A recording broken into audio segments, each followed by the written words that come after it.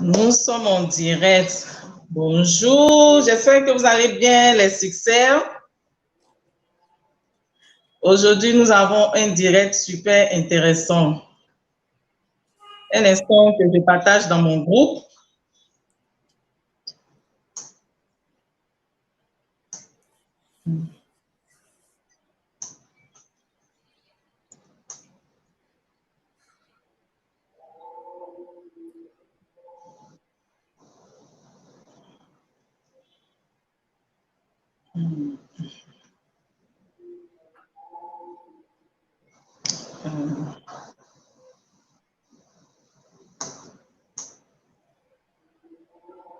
C'est ton compte personnel, non, Léa Sylvie, c'est ça?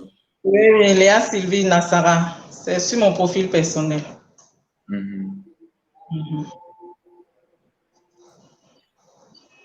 C'est déjà en direct.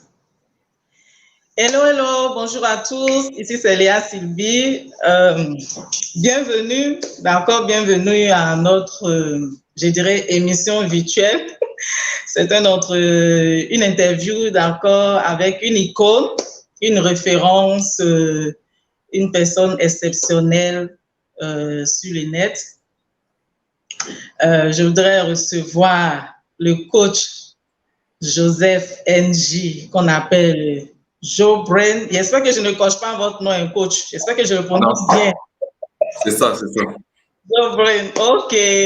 Alors, merci beaucoup, merci pour l'opportunité vraiment que vous m'offrez de participer à cette interview. Merci, coach, merci infiniment.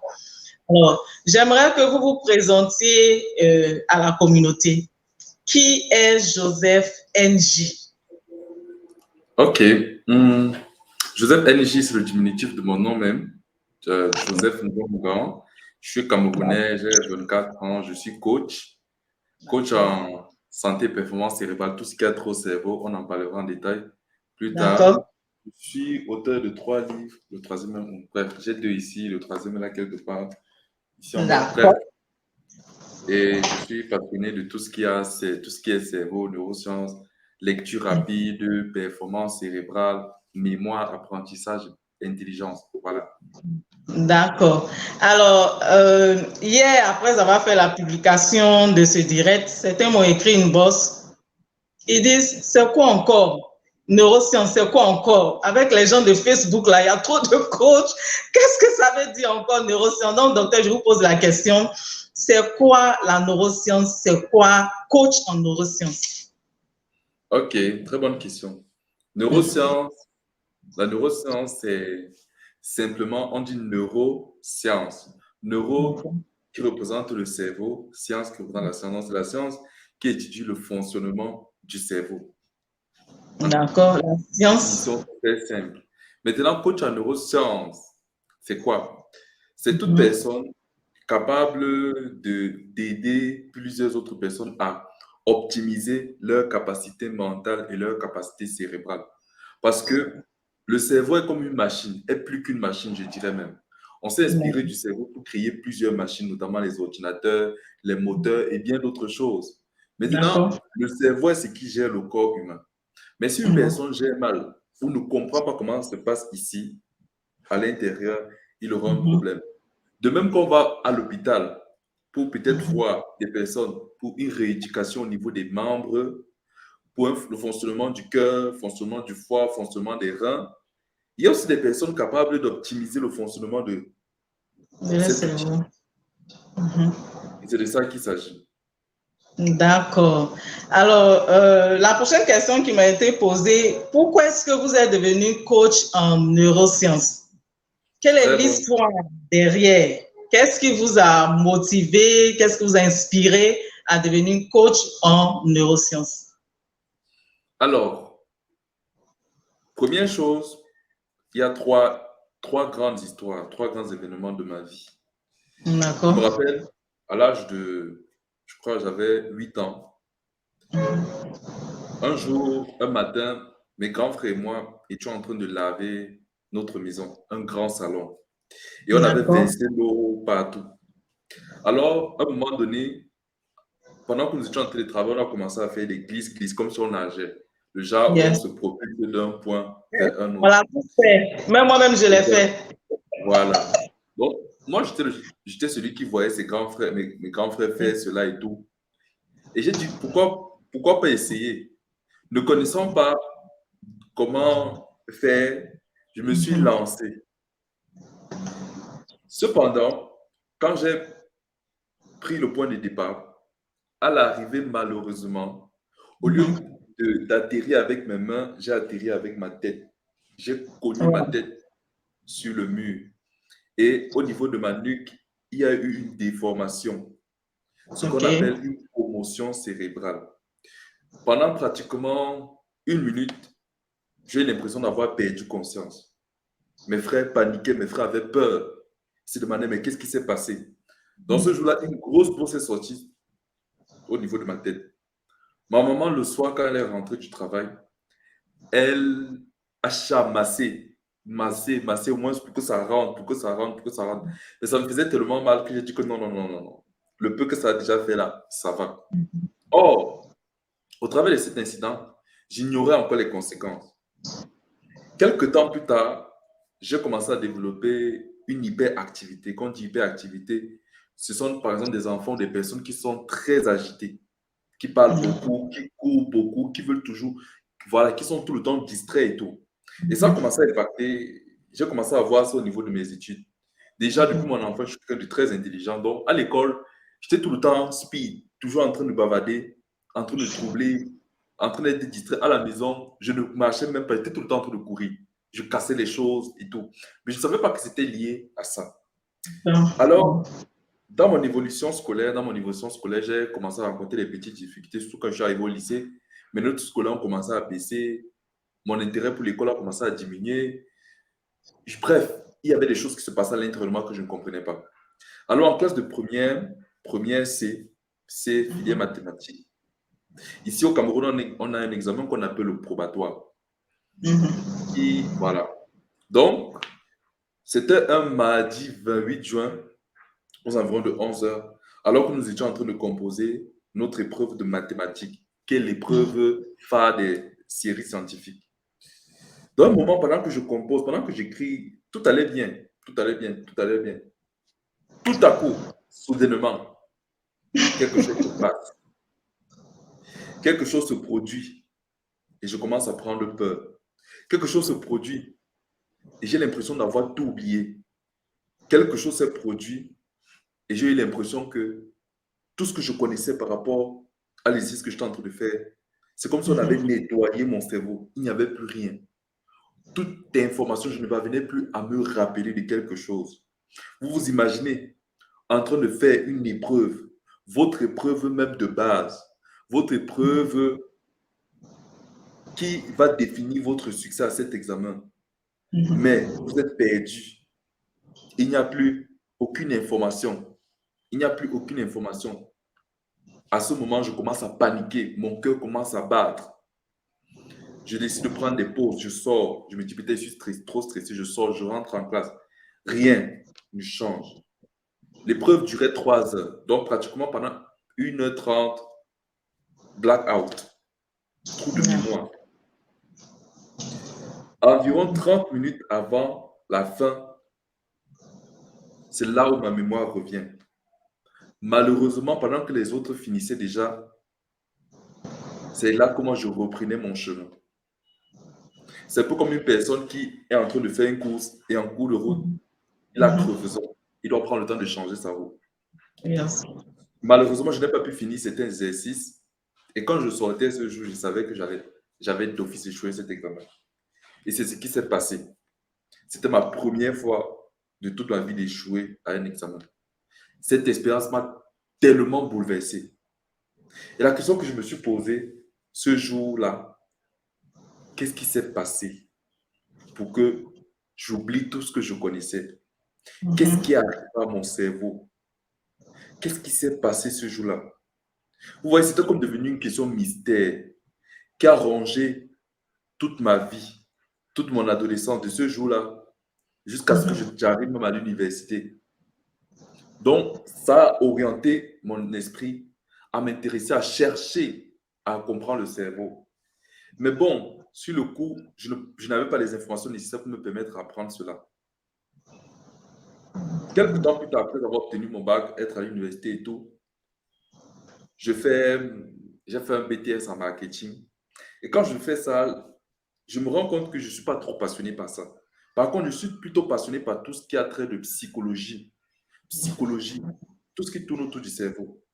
Alors, je décide d'arrêter mes études en 2018. J'ai dit non, je peux continuer à ça. Je crois qu'il y a au moins un fort potentiel. Et je vais creuser, je vais m'intéresser à tout ce qui est psychologie. Alors, un soir, un vendredi soir, pendant que je faisais certaines recherches sur Internet, je tombe sur un livre de neurosciences qui parle du cerveau et c'était en anglais. Et à cette période-là, je ne comprenais pas encore très bien l'anglais, mais j'ai dit, ce livre peut m'apporter des réponses à cette question mystère qui me taraude l'esprit depuis des années. C'est comme ça que je me mets à lire, il était pratiquement 23h15. J'ouvre le livre sur ma tablette, je lis, je me rends compte que waouh, il y a des dessins, il y a des schémas. Bref, ce que je peux comprendre, je comprends. Ce jour-là, j'ai fini le livre à 3h, c'est à 3h15 que je suis parti me coucher. Et en une semaine, j'ai pu lire un livre de 565 pages en une semaine qui était en anglais. Et je l'ai compris. Donc, partant de cette expérience, je décide que après un livre, je vais chercher un second, un troisième, un quatrième, jusqu'à ce que, en 2018, j'ai lu pratiquement 100 livres, tout en Wow. PDF, pratiquement 100 livres, parce que je voulais comprendre ce qui s'est passé dans mon cerveau. Donc, c'est parti d'un événement, plusieurs événements vécus dans mon enfance, dans mon adolescence, qui m'a dit non. J'ai eu tellement de problèmes dans mon mindset, tellement de problèmes de confiance en moi, tellement de problèmes d'estime de soi, tellement de problèmes de mémoire, d'apprentissage, d'intelligence, plusieurs choses. Je me suis dit non, il y a forcément un lien avec le cerveau. Donc, plus j'avançais dans mes lectures, je me rendais compte que waouh, le cerveau est capable de faire tellement de choses comme ça. Wow. Et en 2 ans, entre 2018 et 2019, j'ai lu près de 400 livres sur le sujet. J'ai fait asseoir mon expertise.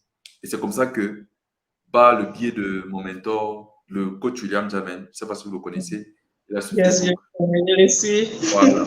C'est par son biais que je deviens coach et que je commence à aider des gens.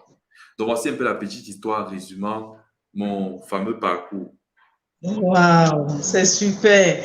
Est-ce que vous pensez que l'expérience que vous avez vécue à l'âge de 8 ans, vous avez dit, la Oui. première expérience que vous avez vécue, est-ce que vous pensez que vous avez été prédestiné à devenir coach en neurosciences? Est-ce que cette situation, je veux dire, je ne sais pas comment l'expliquer, il fallait que cela arrive pour que vous deveniez coach en neurosciences? Bon, ça, je ne sais pas, je ne peux pas parler forcément de prédestination. Peut-être ça a Yes. concouru, ça a m'a permis de bien me rapprocher, mais je ne dirais pas trop ça en fait. Je ne dirais pas. Parce qu'à la base, je n'avais jamais rêvé d'être coach en négociant, jamais. Tout ce que je voulais, c'était être un coach. Quand je voyais Anthony Robbins, je voyais les coachs William, je disais que j'ai envie de faire ça. Mais je n'avais pas encore pensé au cerveau, je n'avais jamais prévu faire ça dans ma vie en fait. Donc c'est en D'accord. 2000 exactement que je dis que non, quand j'acquiers toutes ces connaissances-là rapidement, sans forcément être parti à l'école, mais je comprends tellement de choses avec une certaine facilité, une certaine accélération, que je me dis non, voici mon domaine d'expertise. Et je me dis, la francophonie, le Cameroun, le monde entier a besoin de ce que je connais. Yes. Et c'est comme ça que voilà, Ok, les choses. on entend, vous savez, ici, nous, on entend parler plus de coach en développement personnel, coach de motivation. Est-ce que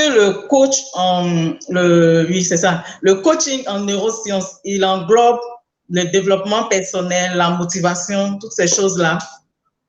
Ok, ce que je veux dire, c'est que toutes ces sciences-là, développement personnel, tirent leurs racines du cerveau. Je me suis rendu compte qu'on ne peut pas mieux comprendre le développement personnel si on ne comprend pas le cerveau. On ne peut pas comprendre la motivation si on ne comprend pas le cerveau. La plupart des coachings qu'on fait, tout est psychologique. Même dans le marketing, tout est psychologique. Même dans le business en ligne, tout est psychologique. On va en parler tout à l'heure, mais tel que le monde est conçu, c'est fonction de ce qui se passe à l'intérieur du cerveau, en fait. Donc, je me dis, je crois que, ça c'est ma conviction, que le cerveau, la compréhension du cerveau est à la base de beaucoup d'autres sciences. Tout ce qui a trait à l'être humain. Voilà. D'accord. Alors, pour ceux qui nous suivent, nous sommes en direct avec le coach Joseph, le coach Joe Brain, voilà, qui est coach en neurosciences.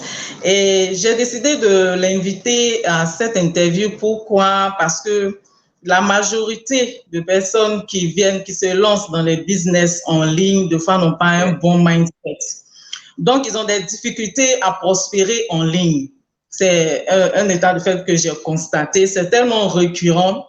J'ai même des clients pour qui c'est difficile de vendre les produits parce qu'ils n'ont pas un bon mindset. Et je me suis dit que c'est vraiment la base. Si on veut avoir du succès en ligne, c'est vraiment la base. Et c'est en cela, c'est ce qui m'a inspiré aussi, parmi tant d'autres, plusieurs raisons, de lancer un challenge gratuit pour 5 jours que j'ai nommé créer son business en ligne, comment créer son business en ligne et vivre de ses passions, de ses talents, de ses compétences en un rien de temps. Et j'estime que c'est important qu'on ait cette interview-là pour aider le maximum de personnes. Alors, j'ai ici devant vous, j'ai le livre du coach, Joseph intitulé Votre succès se cache dans votre cerveau. Donc, coach, j'aimerais que vous nous parliez de cela. Comment se fait-il que le succès se cache dans notre cerveau? Pourquoi est-ce que nous ne sommes pas rendus compte depuis et puis bon, par la grâce de Dieu, fait sortir un livre qui est dans le thème un peu intriguant quand même, dont nous les curieux, on a voulu nous en procurer pour en savoir plus. Dites-nous un peu plus sur ce livre. De quoi il s'agit? Qu'est-ce que vous dites à l'intérieur? Ok, très bien. Déjà, ce livre a été écrit de manière improvisée. Mais c'était une résultante de plusieurs expériences que j'ai vécues moi-même, surtout quand je suis devenu coach. J'ai rencontré tellement de difficultés, notamment au niveau du business en ligne, surtout en termes d'être constant, d'être consistant et tout. Et quand j'ai commencé, bien que je ne souffrais pas, j'avais toujours les clients parce que vraiment, les gens me cherchaient, quoi. Mais j'avais du mal à être constant, j'avais du mal à être là, constamment à communiquer, parler de mon message, publier mes livres, faire mes formations. Pourquoi? Parce qu'il y avait quelque chose dont je souffrais. Et cette chose dont je souffrais m'affectait énormément, me faisait croire et penser que je suis indigne, je suis trop jeune, je ne mérite pas partager ce que j'ai. En psychologie, on appelle ça le syndrome de l'imposteur. Et je crois que beaucoup de gens, même ici sur Internet, en souffrent. Beaucoup de gens ne se croient pas capables. Beaucoup de gens ne se croient pas dignes. Beaucoup de gens ne se croient pas méritants. Beaucoup de gens n'ont pas le courage de se montrer, de raconter leur histoire parce qu'ils se disent, mais si je dis ça, si je raconte ça, qui va m'écouter?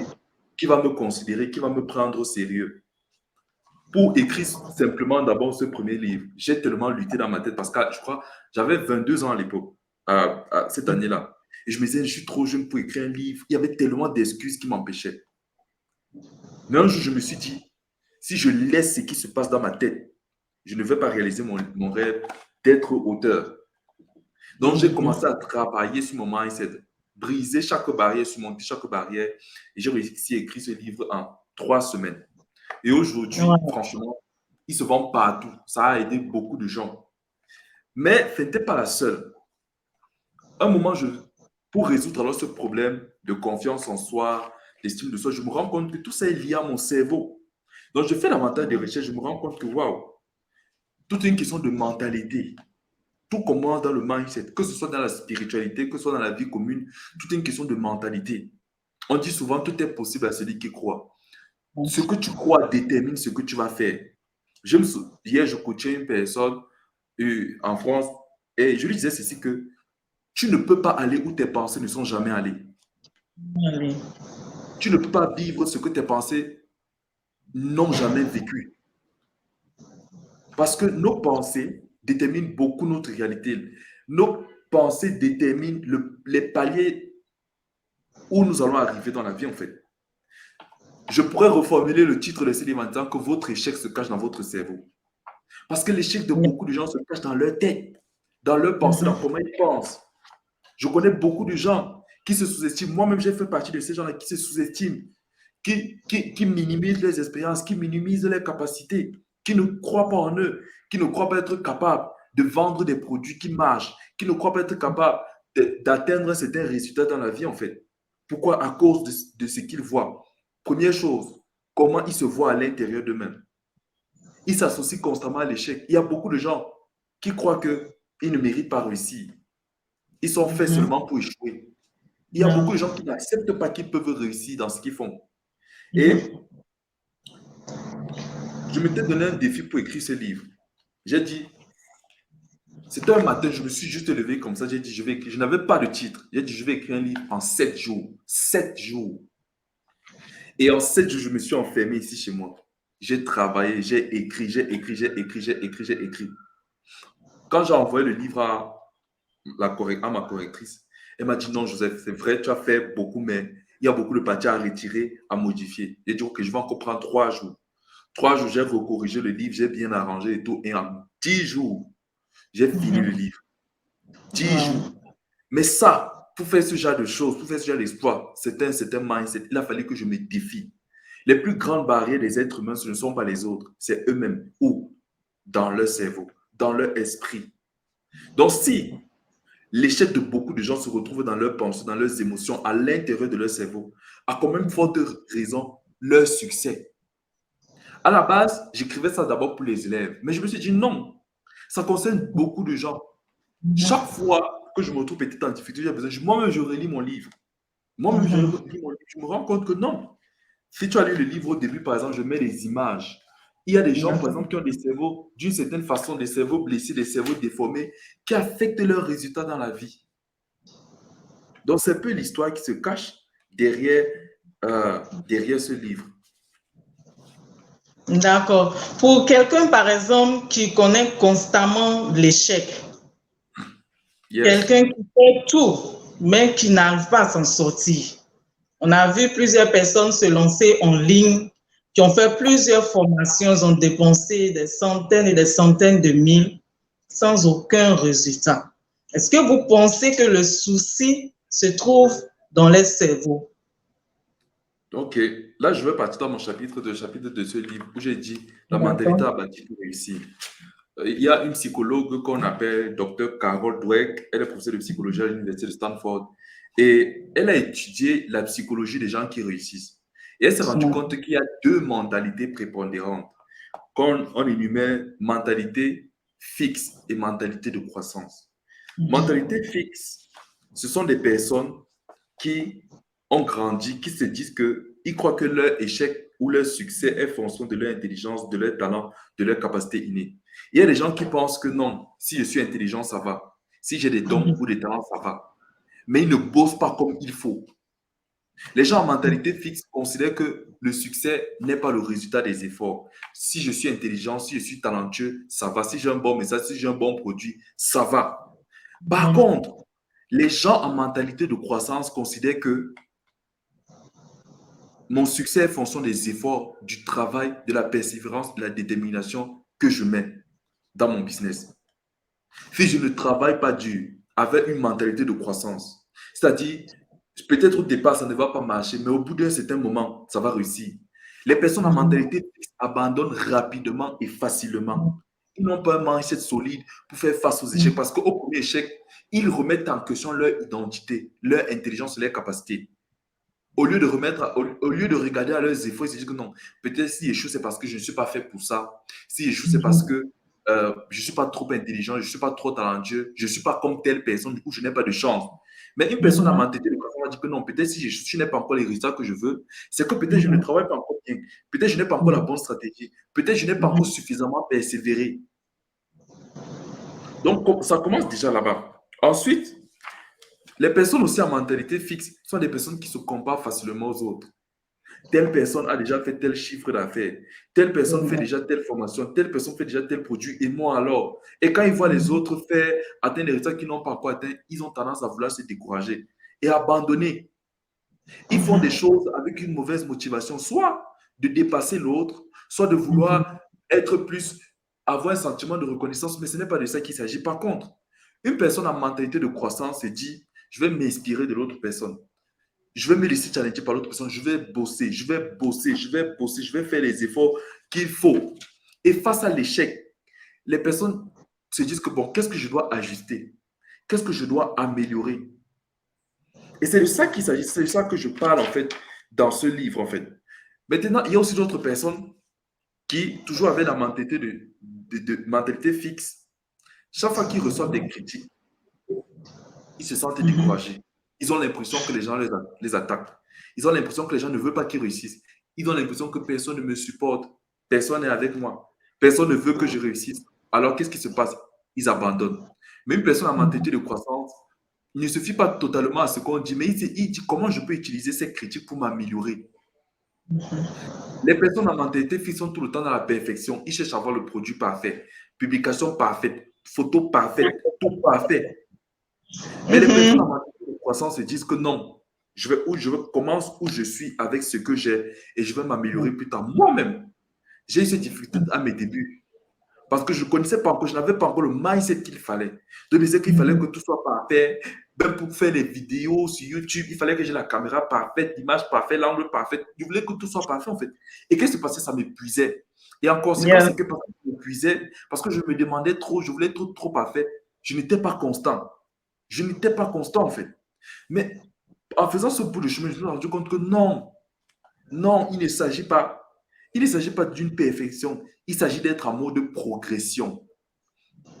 Il s'agit de progresser. C'est une progression. Le business en ligne, c'est comme une courbe qui dépend de toi. Soit tu peux commencer comme ça et puis tu vas finir comme ça. Soit tu vas commencer comme ça, petit à petit, et puis maintenant, à un moment donné, tu vas monter. Mais c'est déjà une question de mindset. J'aime beaucoup écouter le master code d'Assio Ganaga et il explique toujours que le business d'abord, c'est le mindset. Il faut avoir un mental d'acier.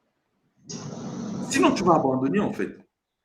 Et le problème, c'est qu'avec nous, cette génération, c'est qu'on est tellement pressé. On veut vite avoir des résultats. C'est un résultat, c'est un montant très vite. C'est pour ça qu'on est prêt. On se dit non, on voit peut-être tel truc. Et si tu investis 10 000 euros, 1 000 euros comme ça, tu auras tel résultat. Et quand tu n'as pas les résultats, tu es découragé. Pourquoi? Parce que tu avais à programmer ton cerveau à avoir un certain type de résultat après un certain moment. Et quand le temps là passe, ton cerveau se rend compte que tu m'as trompé. Tu m'as dit qu'après un certain moment, un certain période, je devais avoir tel nombre de résultats. Mais je ne les ai pas eus. Alors le cerveau est déçu. Et quand il est déçu comme ça crée le découragement. Et tu n'as plus envie de continuer. Pourquoi? Tu as trompé ton cerveau en quelque sorte. Tu t'es dit que non, en faisant ça, pendant telle période, en faisant telle chose, j'aurai tel nombre de résultats. Non. Moi, j'ai développé quelque chose dans mon business. Je me suis dit, moi d'abord, je suis très jeune. J'ai la grâce de faire ce que je fais étant très jeune. J'ai écrit des livres très jeune et tout. Mais je me suis dit que j'ai compris que le business en ligne is a long-term game. C'est un jeu sur le très long terme. Quand tu étudies les gens qui réussissent, les Gary Vee, les coach William et tout ça, ils ont pris du temps. Ça prend énormément du temps. Donc, parfois, quand je me mets la pression, je me dis non, non, non, Joseph, va à ton rythme. It's a long-term game. Même si par la grâce de Dieu, j'ai des clients, voilà, je vis de ce que je fais. Mais je me dis non, il me faut du temps, il me faut travailler, il me faut investir. Et en l'occurrence ici, je vais aborder la question de la confiance en soi. Parce que beaucoup de gens qui viennent ici n'ont pas confiance en eux. C'est pour ça qu'ils sont influencés par ce que les autres font. Ils sont influencés par, telle personne a atteint un résultat, telle personne a déjà fait ça. Non. Et quand j'ai écrit sur la confiance en soi, c'était différent de tout ce que on a eu l'habitude de lire. Et je vais lire un extrait. Une confiance négative. Je lis ce que j'écris. Un jour, j'écoutais une vidéo de Mark Manson au sujet de la confiance en soi. J'appréhendais de devoir écouter une fois de plus une explication d'une confiance en soi rendue malsaine, mais je me suis néanmoins lancé. Contrairement à ce que je pensais, j'ai découvert l'une des définitions les plus sincères de la confiance en soi. Je crois que ça va vraiment vous édifier. Il disait ceci: la confiance en soi n'est pas cette capacité à toujours réussir. C'est la capacité à être en paix avec l'idée que vous ne réussirez pas toujours et que vous échouerez certaines fois.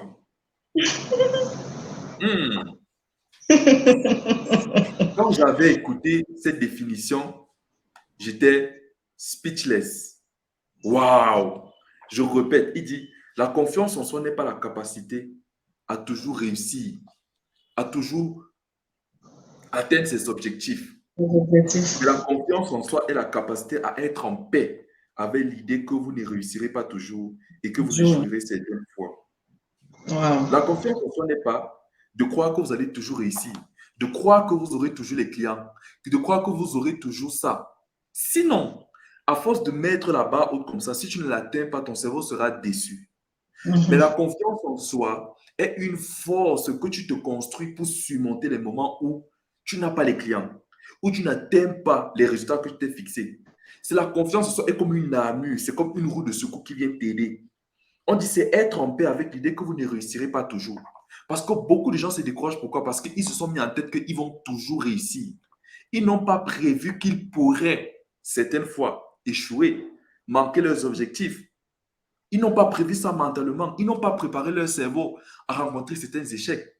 Et c'est pour ça qu'ils deviennent très durs envers eux-mêmes. Très durs envers eux-mêmes. Donc, c'est être à l'aise, avoir confiance en soi, c'est avoir la capacité d'accepter d'être à l'aise avec le fait que vous ne réussirez pas toujours, que votre vie ne sera pas toujours exceptionnelle et que vous ne serez pas toujours le meilleur dans ce que vous entreprenez ou dans ce que vous ferez. Et que vous n'obtiendrez pas toujours les résultats que vous désirez. C'est ça la confiance en soi. C'est à ça que nous sert la confiance en soi. La confiance en soi, comme je m'expliquais à mes coachs, c'est que c'est comme une roue de secours. Quand vous avez une voiture et que vous entreprenez parfois un voyage, vous pouvez vous dire, une personne qui a une mauvaise perception de la confiance en soi va dire non, je prends la roue de secours, je jette, je n'ai pas besoin de la roue de secours parce que je ne vais pas rencontrer les arbres. Ma roue ne peut pas se percer en route. Ma roue ne peut pas se percer en route. Donc, la personne dit à quoi? Je néglige la roue de secours. Et arrivé en chemin, il y a crevaison. La personne va commencer à mettre la main sur la tête. Ouais, qu'est-ce qui s'est passé? Pourtant, je croyais que je n'allais pas avoir de crevaison. J'ai confessé, j'ai déclaré, j'ai prié. Mais malheureusement, j'ai une crevaison. Et dans le cas précis, la personne n'a plus de rôle de secours. Qu'est-ce qu'elle fait? Elle va commencer à se déprimer, lamenter, décourager. Maintenant, celui qui a confiance en sa voiture et en lui-même va se dire, je suis prudent.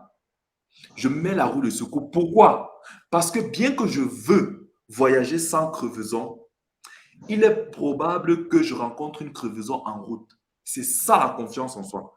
La confiance en soi t'aide à te relever dans les moments difficiles ou à affronter dans les moments difficiles. C'est la roue de secours qui vient aider ton cerveau, ton esprit à continuer à rouler. Même si tu as eu une crevaison, ça vient remplacer une roue.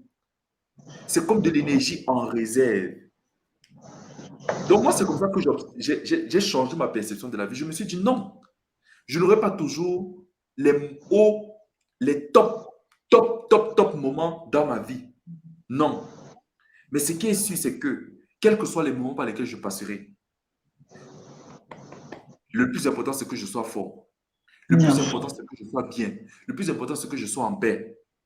Et il y a une parole qui est très pertinente dans le livre de la sagesse qui dit, même si tu traverses les eaux, ça ne t'absorbera pas, ça ne te submergera pas. Même si tu marches par le feu, ça ne te brûlera pas.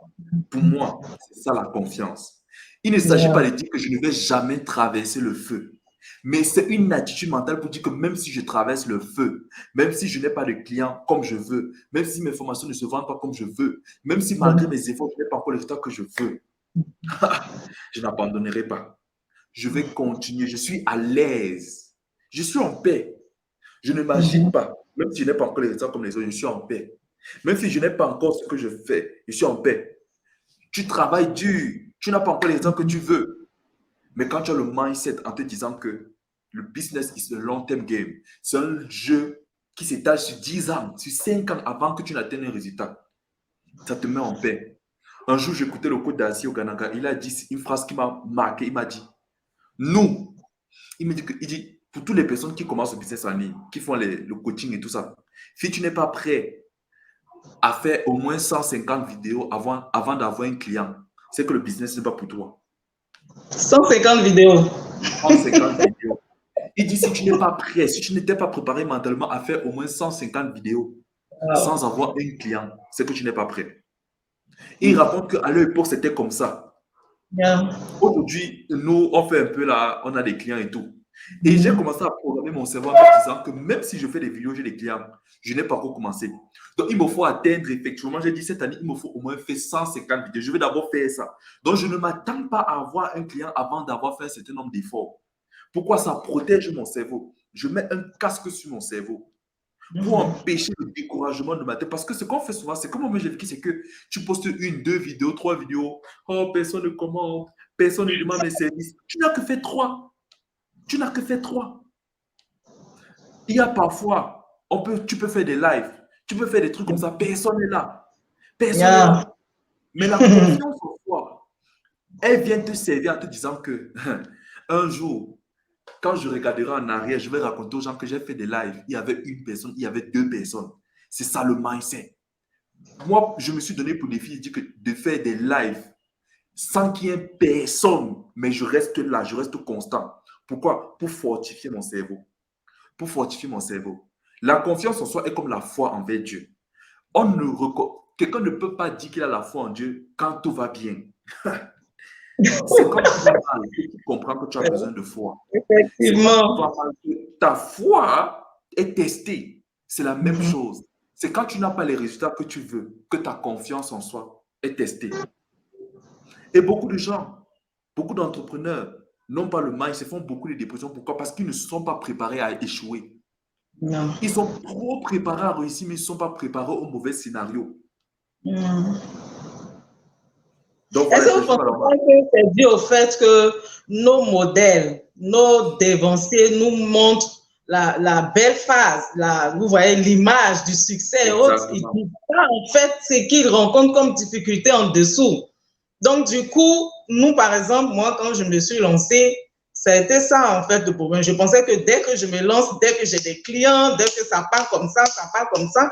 Et c'est dans le fait de l'action que tu découvres que en fait, sous l'eau La là-bas, réalité, là, c'est la exactement. réalité est tout autre. Est-ce que vous ne pensez pas que en fait, c'est parce que ceux qui ont du succès en ligne ne nous disent pas la vérité. Ils ne disent pas en fait ce qu'ils traversent comme difficulté pour nous aider à forger notre mindset.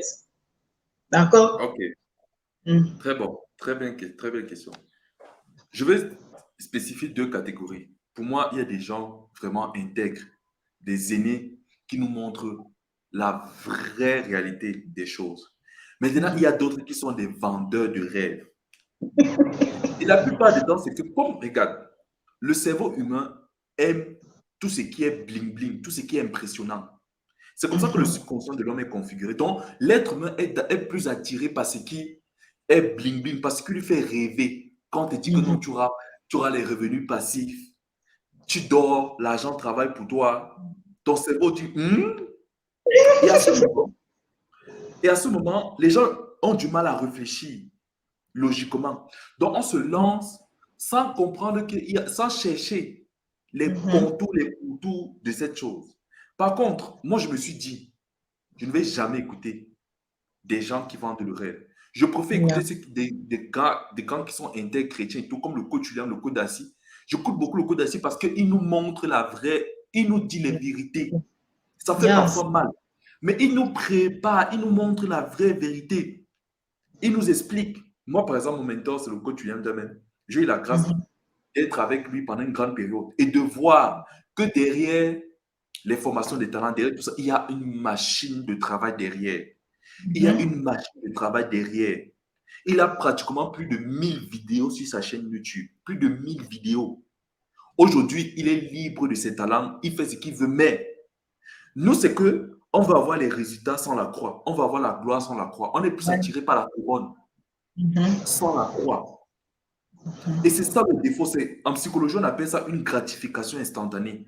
On veut rapidement avoir la gratification, les récompenses, les retombées du business sans payer le prix. Mais ce n'est pas la bonne attitude à faire. Donc, moi, je ne dirais pas que c'est forcément c'est la faute des autres. Non, c'est la faute de nous-mêmes. Ceux qu'on décide de suivre, tu as décidé de suivre qui? Quel est le rôle modèle que tu as servi? Par exemple, en e-commerce, il y a Matt Karine. Coach Matt Karine, Yeah. elle raconte son histoire, elle montre comment elle a galéré, elle montre comment elle a fait les petits boulots. Oui, ça, c'est l'intégrité qu'on a besoin. Donc, tu choisis de suivre qui, en fait? Il y a des personnes qui se lancent là parce qu'on a dit OK, dropshipping, tu fais un peu là, ça va, tu fais un peu, tu fais un peu, tu fais. Il y a des gens qui vendent le rêve. Alors, si tu as décidé de suivre ce genre de personnes et de te laisser impressionner, non. Mais même si il faut être intelligent, moi, je dis il faut être intelligent, il faut être prudent.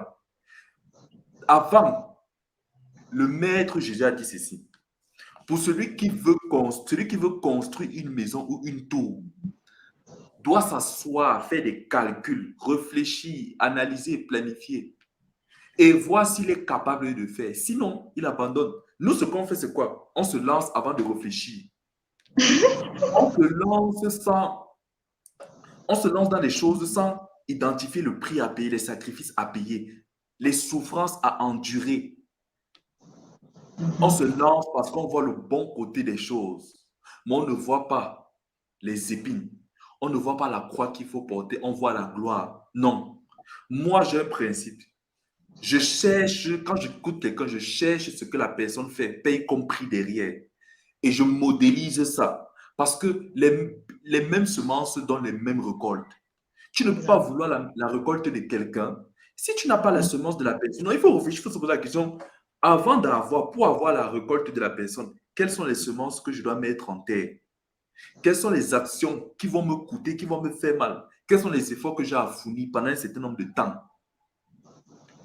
Donc, il faut choisir des modèles qui ont des valeurs, l'intégrité, la transparence, la crainte de Dieu, l'honnêteté, qui sont détachés de toutes ces choses-là, le buzz et tout ça. Non, des personnes qui ont vraiment une intégrité, qui ont des résultats aussi, qui ont prouvé pendant des années une certaine intégrité, qui ont des résultats. Donc, pour moi, ce n'est pas la faute de nos dévanciers forcément, c'est la faute de nous, mais parce que c'est chacun qui choisit celui qui va suivre. Chaque mouton choisit le berger qui va le conduire. D'accord, merci coach. Alors pour ceux qui nous suivent, qui nous prennent en marche, maintenant je suis avec le coach Joe Brent qui est coach en neurosciences. Voilà, cette interview est en prélude du challenge gratuit de 5 jours que je donne du 25 avril au 29 avril. Il est totalement gratuit. Vous pouvez vous inscrire, je vais mettre le lien de l'inscription en commentaire, d'accord? Donc, vous pourrez vous inscrire, c'est totalement gratuit. Alors, coach, vous avez dit dans votre développement, vous avez parlé du syndrome de l'imposteur. Est-ce Ouais. que le manque de confiance en soi est lié au syndrome de l'imposteur? Oui, ça se manifeste par là. Le syndrome de l'imposteur se manifeste par le manque de confiance en soi. Parce que le syndrome de l'imposteur, comme dit imposteur, imposteur, c'est une personne qui sabote. Quand tu me dis syndrome de l'imposteur, c'est une personne qui s'auto-sabote, qui s'auto-détruit. C'est un peu comme si tu as une voiture. Toi-même, tu prends le couteau, tu perces toutes tes roues. Donc, il y a des gens, par leur pensée, qui s'auto-sabotent même dans leur business en ligne. Et moi, c'est ce qui m'est arrivé. Quand j'ai écrit,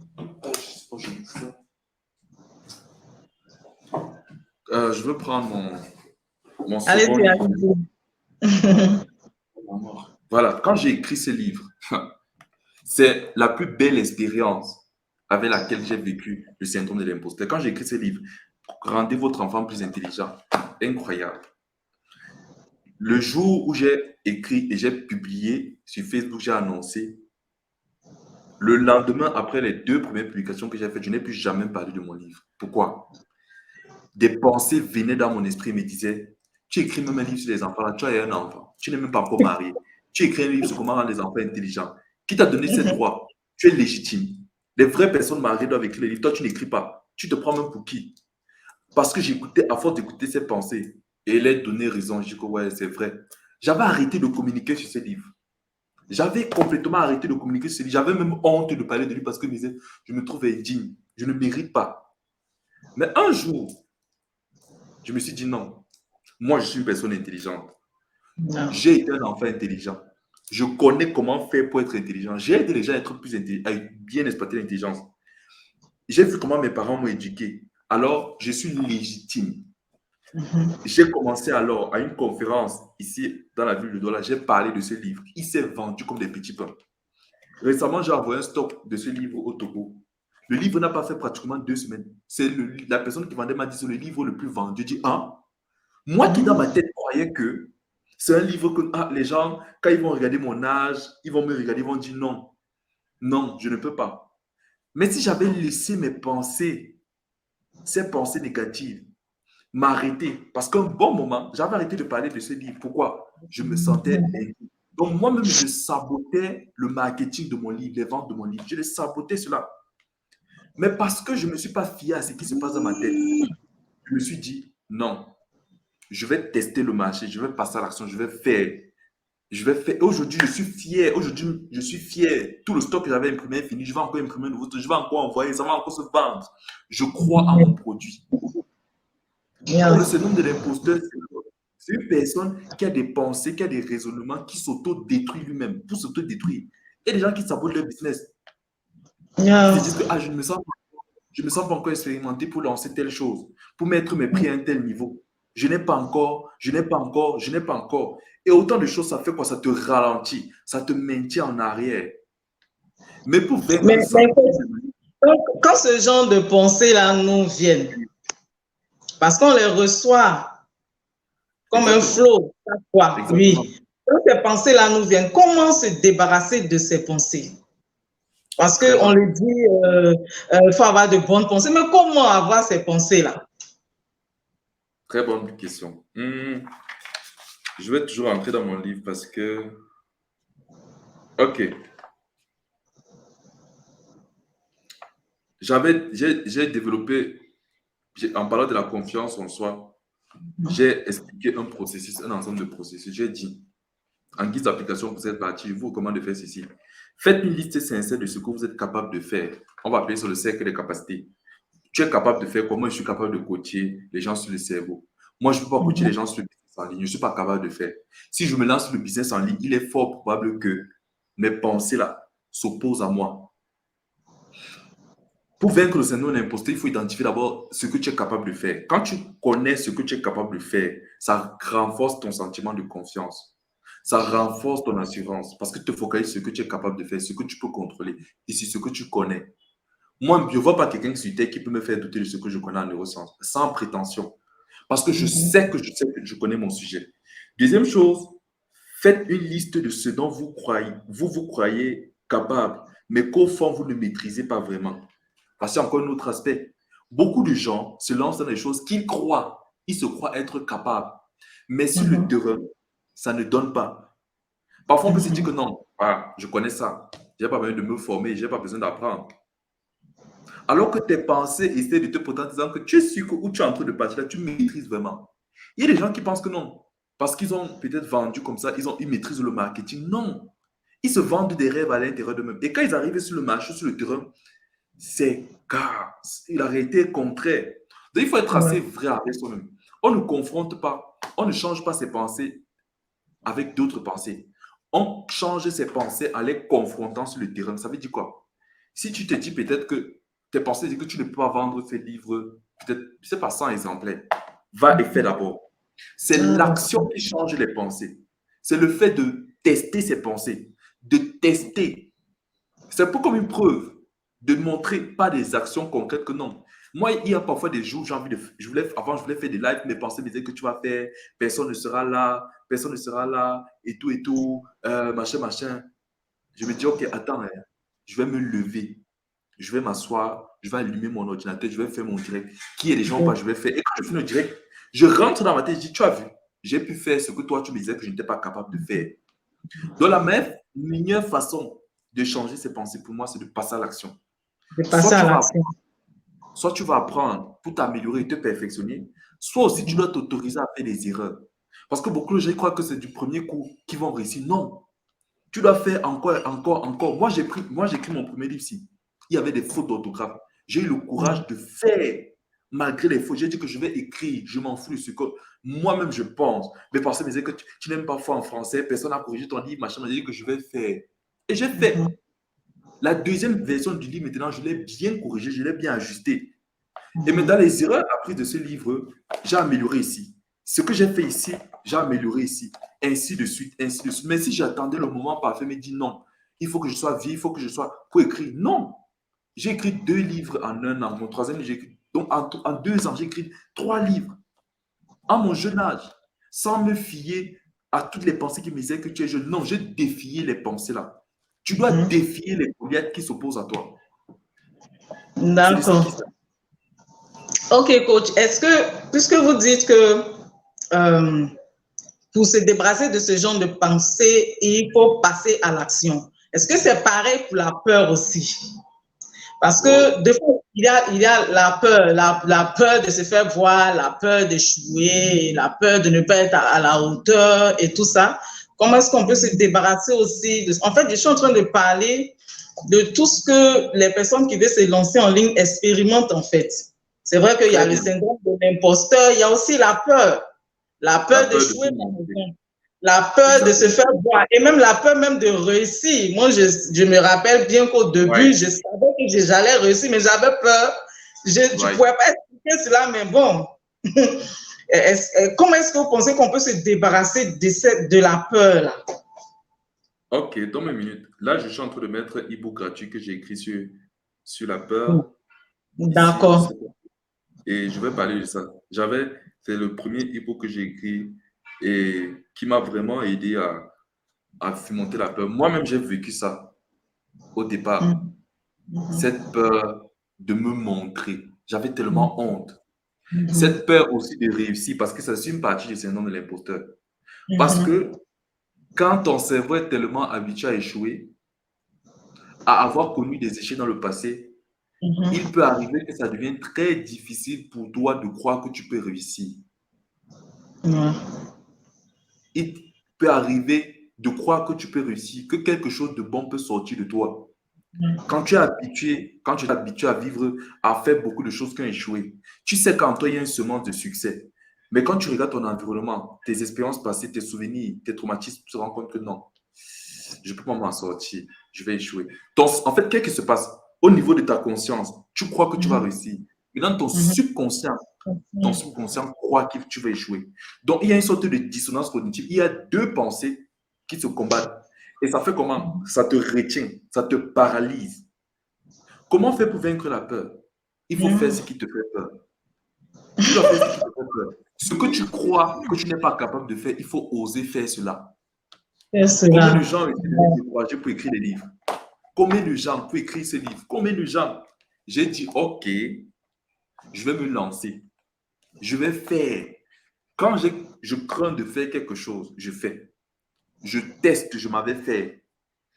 J'ai tellement eu peur de me montrer, de faire des directs, de faire des vidéos, tellement dit pendant au moins 2 ans, qu'aujourd'hui, Mhm. j'ai dit, mon objectif, ce n'est pas de faire des directs où il y a 1100 personnes. Qui est même Mhm. zéro, mon objectif, c'est de faire. Pour moi, ce qui importe, c'est d'écrire mon histoire. Je vais poser un ensemble d'actions. Parce que ce sont les actions qui changent votre cerveau. Ce ne sont pas les Mhm. pensées, ce sont les actions. Quand tu fais quelque chose pour prouver à ton cerveau que je suis capable de faire, que je peux faire ceci, je vais me montrer, je vais avoir le courage de me montrer, d'exposer mon potentiel. Quels que soient les commentaires ou les appréciations des autres, ce n'est pas mon problème. Tout ce qui importe, c'est de me concentrer sur ce que je peux contrôler. Mhm. Enfin, les motivations. Je veux me montrer pourquoi. Est-ce pour avoir un sentiment de reconnaissance des autres ou est-ce pour me venger des gens que je peux être capable de faire, ou bien c'est vraiment avec le désir de servir ou de faire ce que Dieu te demande de faire ou de faire ce qu'il y a dans ton cœur. Parce qu'il y a aussi ça. Les gens ont des mauvaises motivations qui les empêchent d'atteindre leurs objectifs. Mais quand tu vas avec cette humilité en te disant que je vais Mhm. respecter la loi des faits au commencement, je vais me montrer. Si tu as peur de Mhm. te montrer, entraîne-toi. Ose faire. Moi, en 2017, oh Seigneur Jésus, j'avais peur même de prendre une caméra comme ça, de me filmer, faire une vidéo et de penser, dis bien de penser mettre sur YouTube. Ha! Tellement les pensées que j'avais dans mon esprit étaient paralysantes. Ça, c'est pareil pour tout le monde, coach. Un jour, il a fallu que mon mentor, le coach William, ici à Yaoundé, me prenne par surprise. Il me dit, toi et moi, tu vas faire, je vais te filmer, tu vas faire la vidéo aujourd'hui. Donc, il m'a mis sur les faits accomplis. C'est à partir de ce jour-là que la peur de faire les vidéos a été brisée. Donc, il faut parfois un choc. Il faut aller à l'encontre. Si tu vois Ouais. Goliath, si tu vois le Goliath dans ton esprit et tu ne l'affrontes pas, comment sauras-tu la force qui est en toi? Comment sauras-tu ce dont tu es capable de faire? C'est vrai, tout un combat mental. Mais tu dois montrer à ton cerveau qu'il se trompe. Parce que le cerveau aime nous protéger. La plupart des pensées négatives que nous avons, c'est que notre cerveau aime nous protéger dans la mesure où il veut nous garder dans notre zone de confort, dans notre zone de suivi. Il dit non, non, ne fais pas trop, ne te montre pas trop. Tu risques d'être critiqué. Et Mhm. ça stimule quoi? La peur. La peur qui renvoie la douleur et dit le cerveau non, non, non, non, non, je ne veux pas être critiqué. Si tu pars là-bas, tu rates. Si tu fais des erreurs, on se moque de toi. Le cerveau dit hey, non, non, non, non, non, attention, je ne veux pas me lancer. Si tu fais un produit, si tu écris un livre, personne n'achète. Si tu fais telle chose, personne ne vient. Le cerveau fait Mhm. tout ça pourquoi? Parce qu'il n'aime pas ce qu'il ne peut pas contrôler. Il n'aime pas l'inconnu. Alors, il est obligé de te manipuler par des pensées. Mais quand tu comprends comment ton cerveau fonctionne, tu comprends ces pensées, tu dis que non, mon cerveau, je sais que tu essaies de me protéger. Mais si je reste dans cette zone de confort-là, je ne vais pas évoluer. En conséquence, je vais oser faire ce que j'ai peur de faire. Il y a un livre d'une femme intitulée c'est Suzanne Jeffers, elle dit euh, ressentez la peur, mais faites-le quand même. Ressens la Voilà. peur, mais fais ça quand même. Fais quand même, même si tu as peur, fais quand même. Et Parce que quand la même. peur, en fait, fait une illusion. C'est une illusion de Voilà. l'esprit. Et dans l'e-book que j'ai partagé, en fait, j'ai expliqué plusieurs méthodes pour vaincre la peur. Plusieurs méthodes. Je ne sais pas si le lien est... Ça donne chez toi ou bien... Euh, sur le e-book sur la peur, Oui. Je ne sais pas si tu oui, vois le lien je John le vois, Gray. je le vois. Je Ok, le c'est bon. vois. C'est bon. Donc, voilà un peu. Il Je ne sais pourrait pas si tu as cliquer d'autres... là-dessus. Ok, c'est bon. Wow. D'accord. Vraiment, merci beaucoup, coach. Merci énormément d'avoir répondu à mon invitation. Ça a été une interview très enrichissante. Ça m'a appris beaucoup de choses et j'ose croire que cela va aider énormément de web entrepreneurs, Ouais. va aider toutes ces personnes qui voudraient se lancer en ligne. Alors, pour ceux qui nous prennent en marche maintenant, je suis Léa Sylvie, web entrepreneur et formatrice dans le digital. Je lance un challenge gratuit de 5 jours qui va débuter le 25 avril et prendre fin le 29 avril. Il est totalement gratuit. C'est pour tous ceux qui veulent lancer un business et vivre de leurs talents, passions et compétences en un rien de temps. J'étais avec le coach Joe Brown. Vous verrez en commentaire le lien de l'e-book gratuit qu'il offre, d'accord? Donc, vous pouvez cliquer sur le lien pour lire le livre sur la peur et aussi vous procurer de son livre que j'ai en main ici. J'espère que vous le voyez bien. Le titre, c'est Votre succès se cache dans votre cerveau. Je pense que chaque web entrepreneur doit l'avoir. C'est D'accord? ça. Alors, pour ceux qui sont intéressés par le challenge, il est totalement gratuit. Je mettrai en commentaire le lien de description. Vous pouvez le partager à toutes les personnes qui sont intéressées et je serai très ravie de vous recevoir. Coach, alors quel est votre dernier mot? Quel est votre dernier mot à tous ces entrepreneurs qui passent par des moments difficiles, qui sont prêts à abandonner ou bien qui l'ont déjà fait, qui ont déjà même abandonné? D'accord? Comment est-ce que, quel conseil vous pouvez leur dire, quelles paroles puissantes vous pouvez leur dire pour qu'ils sortent leur tête de l'eau? Alors, moi, ce que je peux dire, c'est ce que je me suis dit et ce que je me dis tous les jours. C'est que le succès, ce n'est pas 1 an, ce n'est pas 2 ans, ce n'est pas 3 ans, c'est au moins 10 ans. Il faut 10 ans pour bâtir quelque chose de solide. Alors, si tu dis à ton cerveau que c'est après 1 an que tu vas commencer à avoir un certain type de résultat, tu risques d'abandonner très tôt. Mais si tu dis à ton cerveau que c'est après 10 ans que tu auras les résultats que tu désires, il ne sera pas déçu si après 5 ans tu atteins les résultats là. Donc, on doit avoir une pensée, une très longue vision. On doit voir sur le long terme.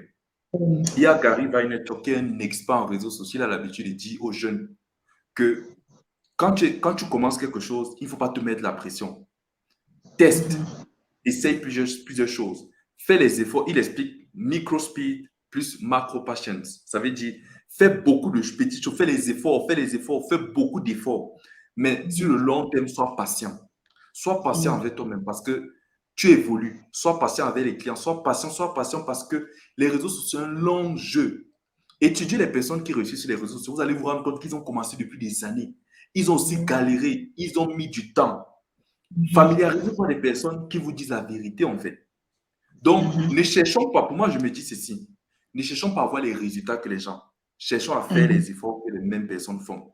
Travaillons, concentrons-nous sur les efforts, parce que ce que tu sèmes, un jour, tu vas récolter. Mais si tu veux trop vite récolter, ça ne respecte pas la loi que Dieu a établie dans l'univers. Concentre-toi de semer. Ne regarde pas la récolte. Fais ce que tu as fait. Qu'est-ce que tu as fait? Si c'est faire les vidéos, fais les vidéos. Si c'est écrire des posts, fais des posts. Si c'est faire des formations, fais-les. Si c'est faire le marketing, fais-les. Si c'est faire les directs, fais. Ça tue. Fais des efforts, fais. Le jour que tu es fatigué, arrête-toi. Repose-toi. Prends un bon coup d'air.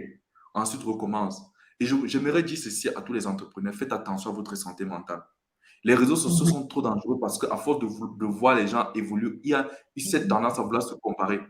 Comme ça que le cerveau est. Il faut tout le temps te rappeler pourquoi tu as commencé. Tu n'as pas le même cerveau que l'autre. Tu n'as pas la même vision que l'autre. Vous ne vous êtes pas lancé dans les affaires, dans le business en ligne pour les mêmes motivations. Alors reste concentré sur ta ligne. Reste concentré sur ta ligne. Reste concentré sur ta ligne. Reste concentré sur ce que ton cœur te dit, ce que ton intuition t'a dit, ce qui t'a poussé à commencer au départ. Et un jour, parce que tu dis que ça dit, le succès, il dit, le succès avec Dieu, c'est l'influence et non l'affluence. Cherchez à influencer les gens, ne cherchez pas à avoir l'affluence des gens. Cherchez à impacter la vie des gens, ne cherchez pas à avoir forcément des 100 000 personnes, 1 million de personnes, c'est ce qu'on souhaite. Mais le plus important, c'est d'avoir des personnes qui peuvent dire, j'ai travaillé avec Léa, j'ai fait son challenge gratuit, j'ai écouté sa vidéo un jour, ça m'a aidé. Je suis devenu quelqu'un de meilleur. Pour moi, c'est la plus belle récompense. Alors, voici un peu ce que je... Waouh, c'était super. Merci beaucoup. Merci énormément. J'ai beaucoup aimé. Je suis sûre que ceux qui nous suivent ont beaucoup apprécié. Alors, les amis, moi, je vous appelle communément les succès. D'accord? Yes. Voilà. Yes. C'est ma manière de fonctionner. Toute personne est un succès parce que Dieu nous a créé à son image et à sa ressemblance. Personne n'est né pour échouer. Donc, nous sommes tous des succès. Alors, les succès, si vous avez aimé ce direct, je vous en prie, partagez-le pour faire profiter toutes vos connaissances, vos amis. Il y a certainement des personnes dans votre entourage ou bien qui vous suivent sur les réseaux sociaux qui ont besoin d'entendre ce que le coach a dit aujourd'hui et qui ont besoin certainement de se lancer en ligne et de savoir comment s'en sortir. D'accord? N'hésitez pas aussi à partager le lien de l'inscription du challenge gratuit. Il sera en commentaire. Partagez-le un peu partout pour permettre au maximum de personnes de profiter. Merci beaucoup, coach. Ça a été vraiment un plaisir pour moi de vous recevoir sur mon plateau virtuel. J'espère qu'on aura une autre occasion. J'espère qu'on aura une autre occasion pour parler d'autres sujets. Merci énormément et bye bye. À bientôt, bye bye. À bientôt.